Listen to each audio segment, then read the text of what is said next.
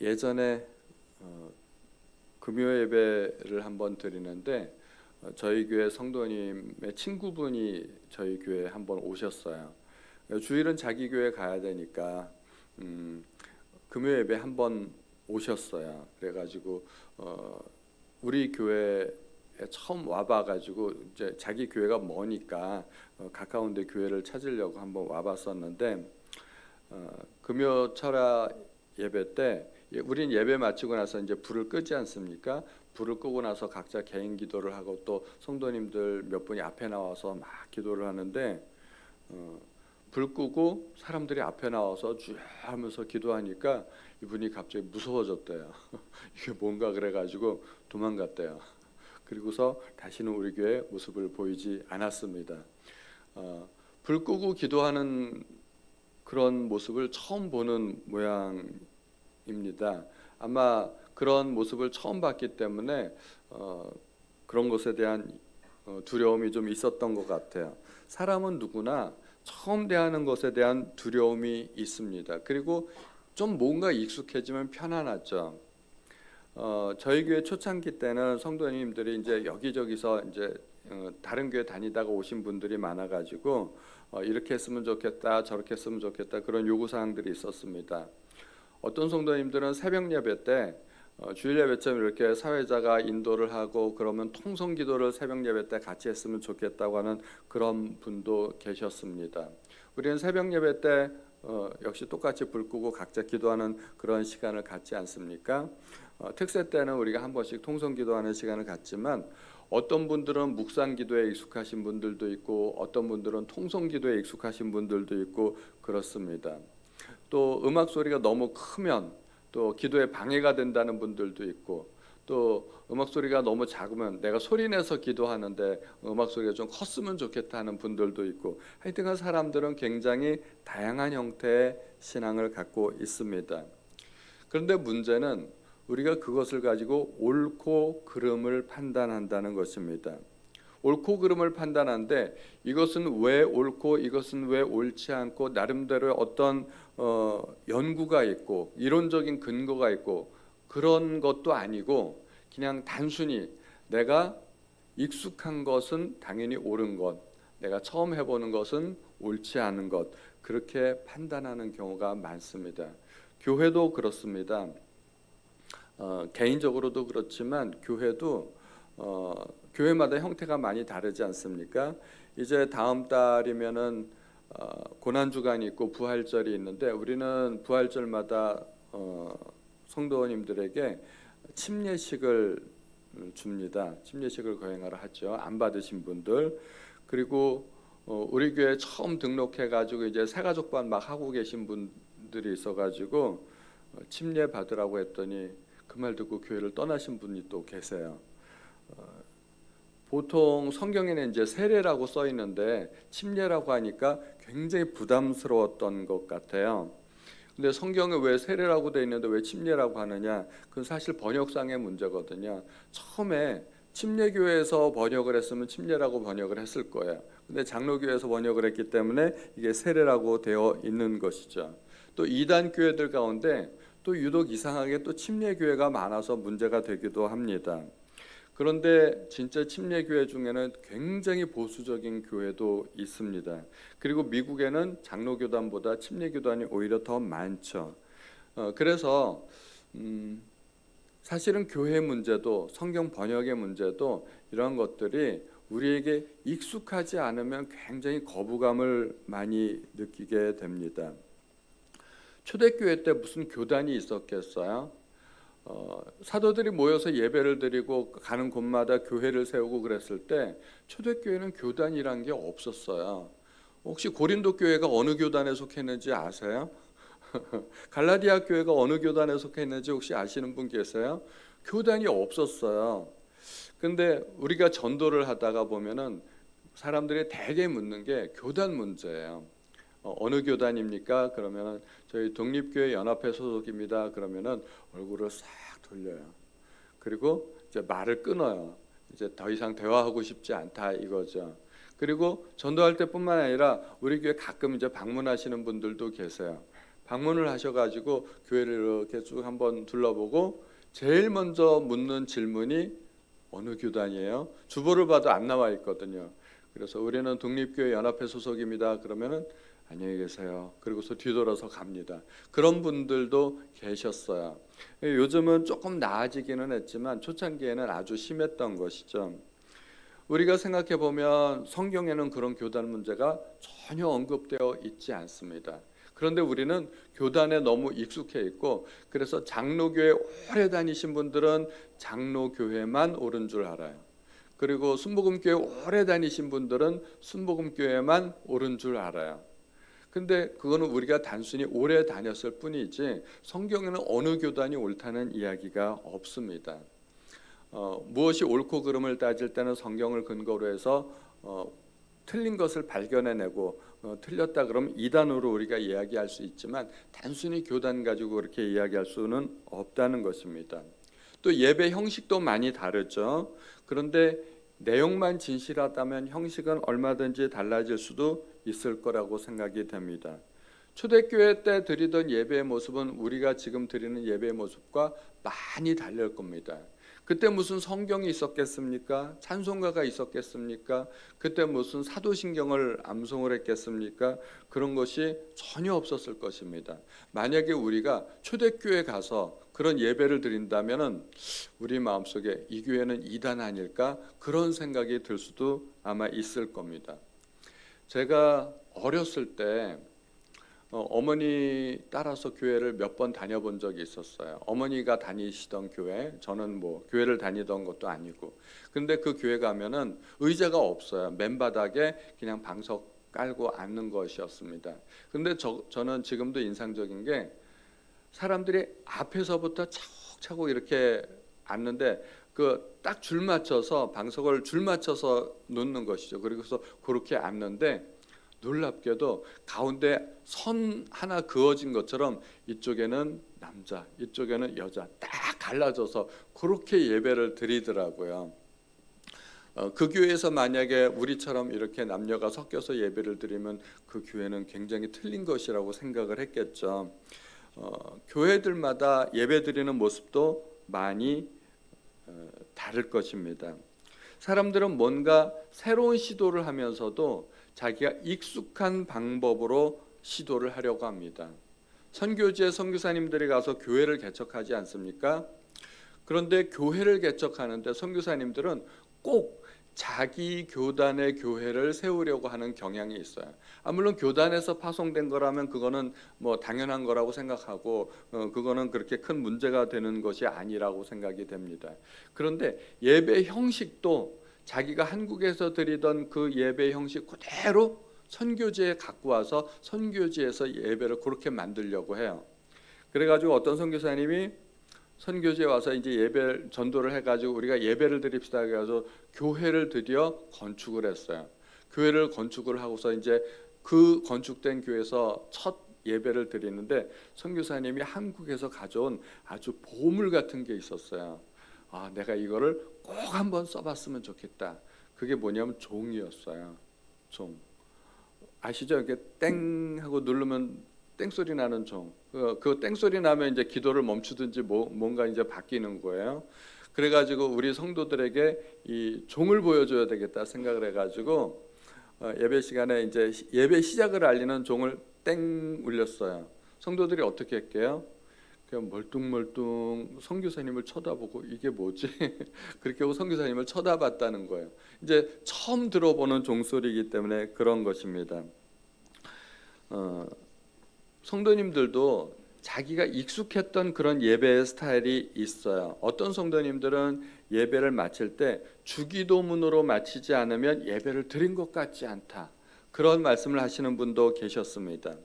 그런데 예배 순서나 스타일을 보면 이것도 교회마다 많이 다릅니다.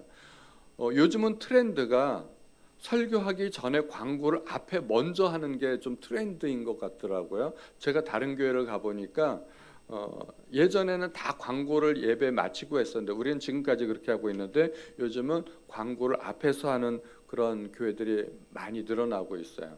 예전에는 헌금 시간에 헌금 바구니를 많이 사용했는데 헌금 괴를 사용하는 것도 좀 트렌드인 것 같고요. 그런데 이런 것을 가지고 옳고 그름을 따지는 것은 무의미한 일입니다. 어느 교회를 가건 우리는 그 교회 시스템에 적응하면 됩니다. 그런데 적응이 잘 안 되시는 분들이 있으세요. 의외로 굉장히 신앙이 좋아 보이는 분들 가운데 적응을 잘 못하시고 자기의 과거 스타일을 못 바꾸시는 분들이 계십니다.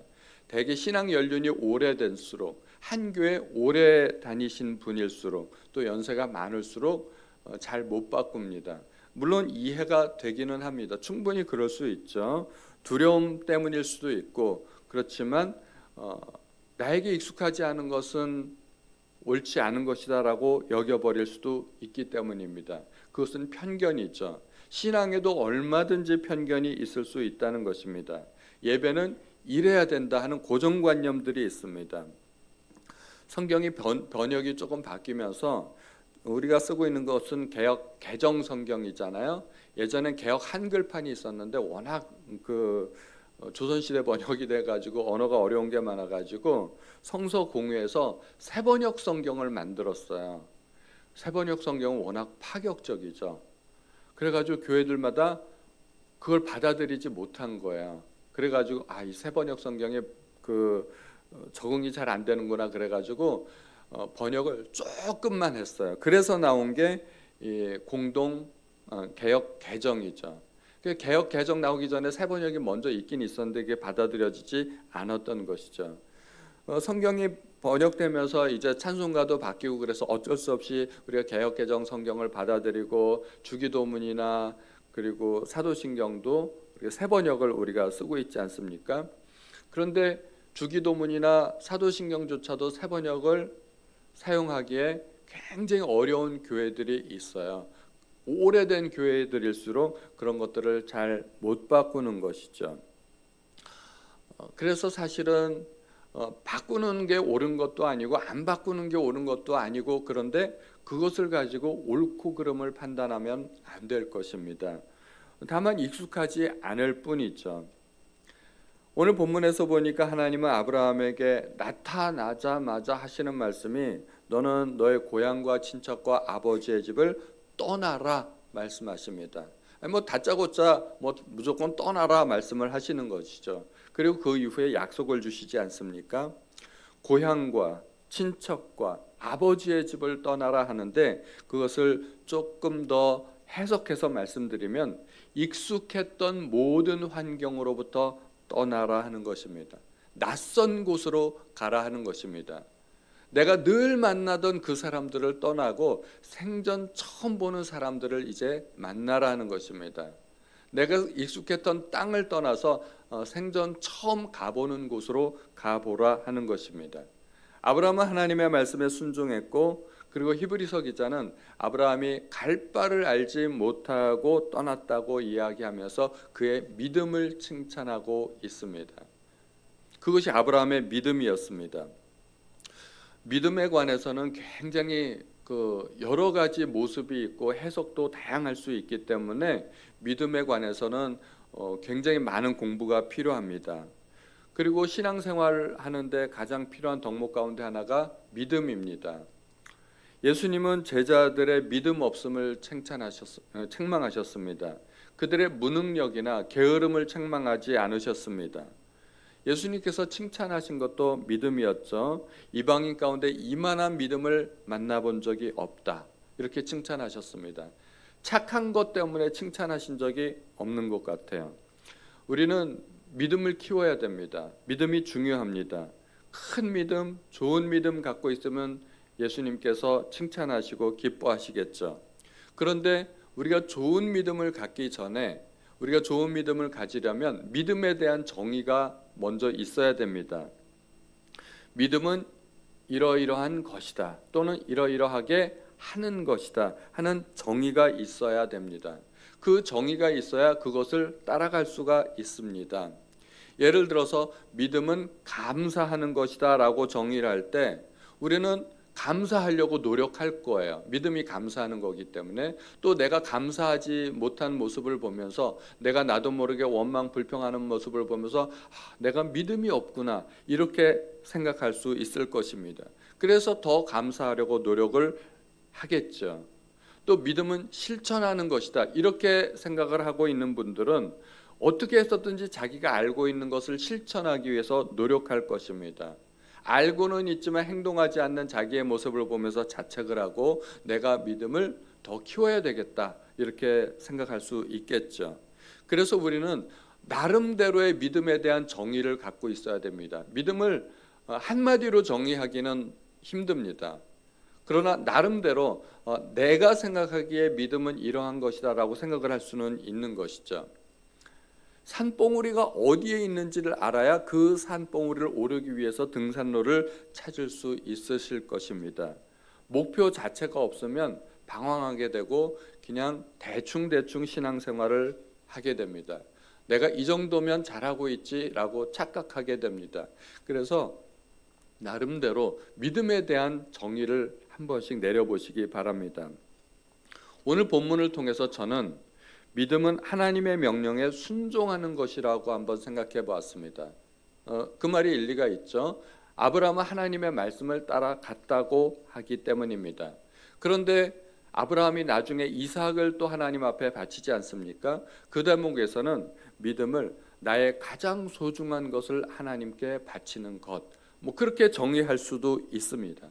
믿음은 얼마든지 다르게 정의할 수 있습니다. 다만 어떤 형태이건 나름대로 믿음에 대한 정의를 갖고 있는 것이 중요합니다. 믿음은 사람마다 다르고 믿음의 색깔도 굉장히 다양합니다. 중요한 것은 나만의 믿음의 정의, 나는 믿음을 어떻게 생각하는가, 그것을 알고 있어야 내가 그것을 위해서 노력할 수 있기 때문입니다.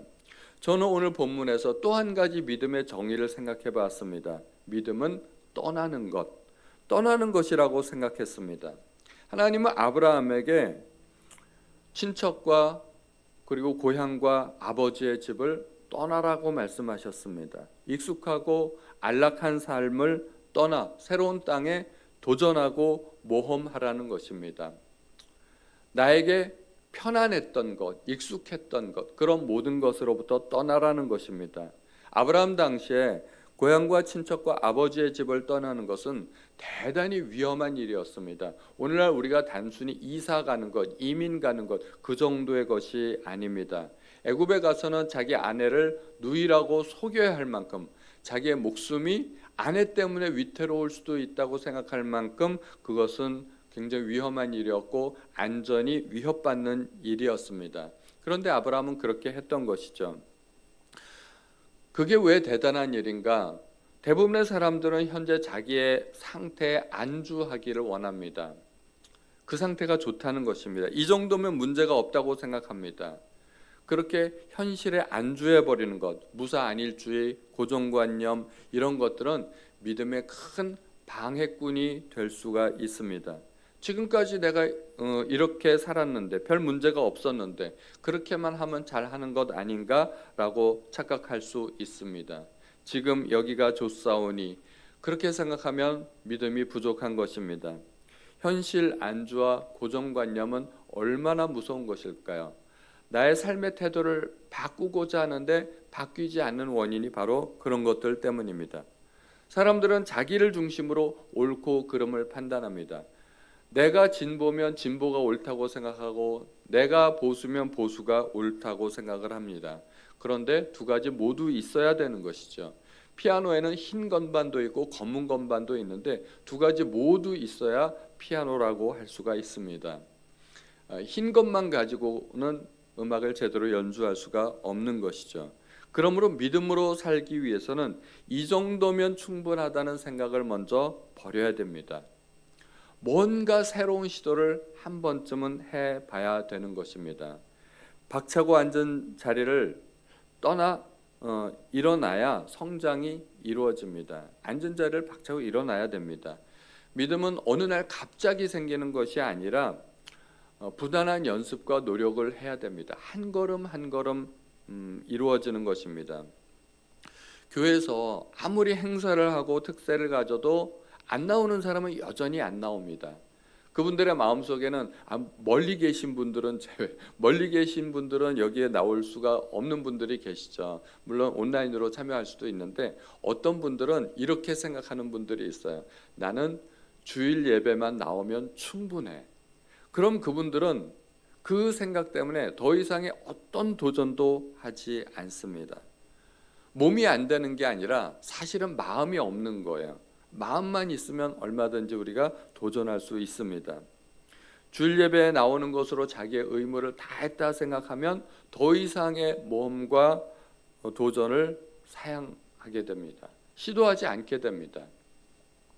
그러나 어떤 환경에서든지 내 몸이 움직여지기 시작하면은 그것이 믿음의 첫발이 될 수 있습니다. 신앙생활에는 여러 단계가 있습니다. 가장 첫 걸음을 떼는 것이 주일 예배입니다. 교회 처음 나올 때 주일 예배부터 나오는 것 아니겠습니까? 여기 계신 성도님들도 새벽 예배부터 나왔나요? 주일 예배부터 나오셨죠? 뭐 특이한 경우가 있긴 있습니다. 조정민 목사님 같은 경우는 새벽 예배부터 나오기 시작했죠. 새벽 예배 나오게 된 동기는 새벽 예배 나갔던 아내를 잡으러 가기 위해서, 그게 계기가 돼서 새벽 예배부터 나오게 되었지만 그러나 보통의 사람들은 주일 예배부터 나오게 됩니다. 처음엔 등록도 안 하고 몇 달간 나오다가 교회가 마음에 들면 교회 등록하고 새가족반도 성경 공부도 참석하고 그러다가 구역 모임도 참석하게 되고, 여기까지는 비교적 쉬운 길입니다. 그러나 여기서 더 성장하면 교회 여러 가지 봉사도 하게 되고 직분도 받게 되고 헌금도 하고 11조도 하고 점점 성장하는 것이죠. 한꺼번에 이 모든 것이 다 이루어지는 것은 아닙니다. 단계가 있는 것이죠. 예배도 처음에는 주일 예배만 나가다가 철야 예배, 새벽 예배도 나오게 됩니다. 그렇게 점점 교회 안으로 들어오게 됩니다. 주일 예배만 나오던 사람이 처음으로 철야 예배를 나오게 되는 경험을 하게 됩니다. 그리고 처음으로 새벽 예배를 나오는 일도 있을 것입니다. 그리고 처음으로 헌금하는 일도 있을 것이고 처음으로 봉사하는 일도 있을 것입니다. 뭔가 우리가 처음 한번 해보는 것이 계기가 되어서 그것을 차츰차츰 하게 되는 것입니다. 그러므로 뭔가 처음 해보는 일이 많을수록 믿음이 성장하고 있다고 생각하면 틀리지 않겠습니다. 믿음은 가보지 않은 길을 가보는 것, 그것이 믿음이라고 생각할 수 있습니다. 가보지 않은 길, 첫 번째는 내가 가보지 않은 길을 가보는 것, 그건 믿음이죠. 두 번째, 엄청난 믿음이 있습니다. 이거는 남들도 가보지 않은 길을 가는 것, 그것은 진짜 큰 믿음이죠. 첫 번째 길은 그렇게 위험한 길은 아닙니다. 나에게는 처음이지만 다른 사람들이 이미 그 길을 다 닦아놓은 것입니다. 두 번째, 남들도 가보지 않은 길은 진짜 모험입니다. 아무도 가보지 않은 길이기에 사실은 길이 없습니다. 내가 길을 만드는 것이죠. 내가 개척해야 됩니다. 이스라엘 민족이 가나안 땅을 정복할 때 그러한 믿음이 필요했습니다. 아무도 가보지 않은 길. 그래서 하나님께서는 언약궤를 2000규빗 정도 앞서서 먼저 보내셨죠. 그리고 그 뒤를 따라가게 하셨습니다. 너희가 이전에 이 길을 가본 적이 없기 때문이다. 하나님은 그렇게 말씀하셨습니다. 우리가 보통 시도하는 믿음의 길은 남들이 가보지 않은 길이 아니라 내가 가보지 않은 길입니다. 남들이 가보지 않은 길을 굳이 가려고 그렇게 노력하실 필요 없어요. 우리들은 보통 그냥 남들이 이미 하고 있는 것, 그러나 나는 안 하고 있는데 한 번쯤 그런 시도를 해보면 충분합니다. 그러므로 믿음의 길은 사람들마다 다 다를 수 있어요. 내가 안 하고 있는 것이 사람들마다 다 다르기 때문에. 제가 처음에 신학교를 가고 목사 안수를 받았을 때 저에게 그것은 도전이었고 그리고 나름대로 믿음이었습니다. 그러나 그 길은 이미 그 길을 갔던 수많은 믿음의 선배들이 닦아놓은 길입니다. 그렇게 새로운 길이 아닙니다. 제가 처음 설교를 했을 때도 그것은 저에게 도전이었지만 수많은 목사님들에게는 그것이 도전이 아닙니다. 이미 많은 교회에서 이루어지고 있는 일들입니다. 믿음의 큰 산의 정상을 향해서 한 걸음을 내딛는 일은 누구나 할 수 있습니다. 산 밑에 있는 사람도 있고 산 중간에 있는 사람도 있고 산 거의 정상 가까이에 가 있는 사람들도 있습니다. 남들 따라 하는 것이 아니라 나의 위치에서 내가 어느 위치에 있든지 한 걸음을 내디디면 그것이 믿음이 될 수 있습니다. 저도 뭔가 새로운 시도를 할 수 있고 이제 우리 교회 막 등록한 분들도 뭔가 새로운 시도를 할 수 있습니다. 통성기도를 안 해보신 분들은 통성기도에 한번 도전해 보시고, 큐티를 안 해보신 분들은 큐티에 도전해 보시고, 어제 말씀드린 내용이죠. 그리고 통독을 안 해보신 분들은 통독에 도전하고, 또 11조나 교회 각종 봉사에도 도전해 보시기 바랍니다. 처음에 한 걸음 뛰는 게 굉장히 어려워요. 그러나 한 걸음을 도전했다면 두 번째, 세 번째 걸음은 그렇게 어려운 일이 아닐 것입니다. 나의 한계를 미리 정하지 않으시기 바랍니다. 나는 여기까지, 이 정도면 충분해, 나는 여기까지만 할 거야, 그렇게 정해놓은 사람들은 절대 한 걸음을 내딛지 못합니다. 그 한계를 벗어나지 못합니다. 나는 주일 예배만 나올 거야, 이렇게 굳게 마음 먹으신 분들은 그것이 한계입니다. 절대 거기서 성장하지 못하기 때문에 우리는 나의 한계를 정하지 말고 무슨 시도든지 한번 해봐야 되겠다, 한 걸음만 한번 뛰어보아야 되겠다 하고 작정을 하시기 바랍니다. 떠나는 것이 믿음입니다. 오늘 한 가지를 배울 수 있다면 믿음의 정의, 여러분들이 이미 갖고 있는 믿음의 정의에서 하나 더 추가해서 떠나는 것, 그것이 믿음이라고 생각하시기 바랍니다. 우리 함께 기도하실 때 하나님께서 명령하실 때 나에게 익숙한 것을 떠나고 믿음으로 순종할 수 있도록 하나님 앞에 도움을 구하시기 바랍니다. 새로운 환경을 두려워하지 않고 새로운 시도에 도전할 수 있도록 우리 기도하시기 바랍니다. 우리 이 시간에 통성 기도를 한번 하겠습니다. 우리 한번 주여 한번 부르시고, 하나님 내가 믿음의 신앙생활을 할 수 있도록 도와주십시오. 하나님 앞에 통성으로 기도하시겠습니다. 주여 하나님, 오늘도 우리에게 하나님 귀한 말씀을 들려주시니 감사합니다. 하나님께서 아브라함에게 고향과 친척과 아버지의 집을 떠나라고 말씀하셨습니다. 아브라함에게 익숙했던 모든 것, 아브라함에게 친숙했던 것들, 안전했던 것들, 편안했던 것들, 그 모든 것들 자리를 박차고 일어나야 됩니다. 하나님 도와주시옵소서. 하나님, 내가 지금 현재의 상태에서 하나님 안주하지 않게 해주시고 일어나게 해주시고 도전하게 하여 주옵소서. 하나님 기도하게 하여 주시고 하나님의 말씀을 읽고 묵상하게 하여 주시고 하나님 예배에 도전하게 하여 주시고 하나님 우리 성도들의 믿음이 성숙하고 자랄 수 있도록 아버지 도와주시옵소서. 하나님 오늘 예배를 하나님 앞에 감사드립니다. 하나님 우리가 계속해서 하나님 앞에 기도할 때 하나님 간절히 기도하게 하시고 우리가 가지고 온 모든 기도 제목들 응답받을 수 있도록 도와주시옵소서. 하나님 감사합니다. 하나님 아버지 감사합니다. 오늘도 고향과 친척과 아버지의 집을 떠나는 아브라함의 그 믿음을 통해서 우리도 도전할 수 있는 믿음에 대해서 알려주신 것 감사합니다. 하나님, 내가 현실에 안주하지 않게 해주시고 나에게 익숙하고 편안했던 것들에 안주하지 않도록 도와주시고 하나님 믿음의 새로운 도전을 할 수 있도록 도와주옵소서. 하나님께서 오늘 주신 귀한 말씀을 인하여서 하나님 앞에 감사드리고 우리가 가지고 온 모든 문제들이 응답받고 해결되는 새벽 예배 시간이 될 수 있도록 도와주옵소서. 모든 말씀을 우리 주 예수님의 이름으로 기도하였습니다. 아멘.